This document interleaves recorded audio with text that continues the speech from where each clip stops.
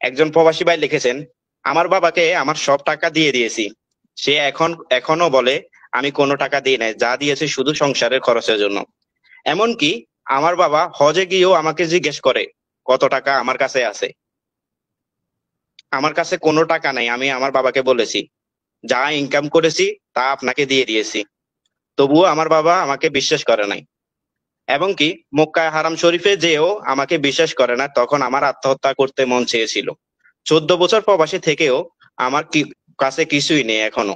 বিশ্বাস করেন, শুনেছি ছেলে সন্তান খারাপ হলে বাবা মাকে বৃদ্ধাশ্রমে দিয়ে আসে, আর যদি বাবা মা খারাপ হয় ছেলে সন্তান কই যাবে? এই জিনিসটা সবাইকে জানাতে বলছে। ভাইটা অনেক কষ্টের কথা বলছে আমাকে। উনার বাবা যখন হজ করতে, তার বাবা তাকে বিশ্বাস করে নাই।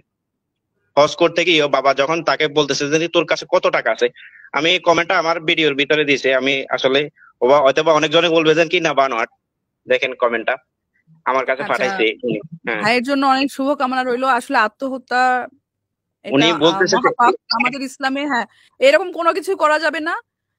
বিষয়গুলো এই আপনি জন্য উনি অ্যাভয়েড করুন। বলতেছে আমার যে মতে যে এগুলো অ্যাভয়েড করুন। ওনার বাবা যা বলবে বলবে, এক কান দিয়ে ঢুকাবে আর এক কান দিয়ে বের করে দিবে। দরকার নেই ওগুলো ঠিক শোনার। আছে, উনি এই জন্যই এই জিনিসটা বলতেছে যে কারণ উনি 14 বছর বিদেশে থাকেন, উনার 14 বছরে যত ইনকাম করছে সবগুলা ইনকামে দিয়ে দিছে। যখন তার বাবা হজে গিয়েও হারাম শরীফে গিয়ে সন্তানকে জিজ্ঞেস করে তোর কাছে কত টাকা জমিয়ে রাখছস, তোর কাছে কত টাকা জমিয়ে আসস, তখন সে সন্তানটা কি করবে? তার তার তো কোনো উপায় নেই। এই জন্য বলতেছে যে কি তখন আমার আত্মহত্যা করতে মন চেয়েছিল বাবা যখন বাবাদের কাছে এরকম প্রশ্ন হয়।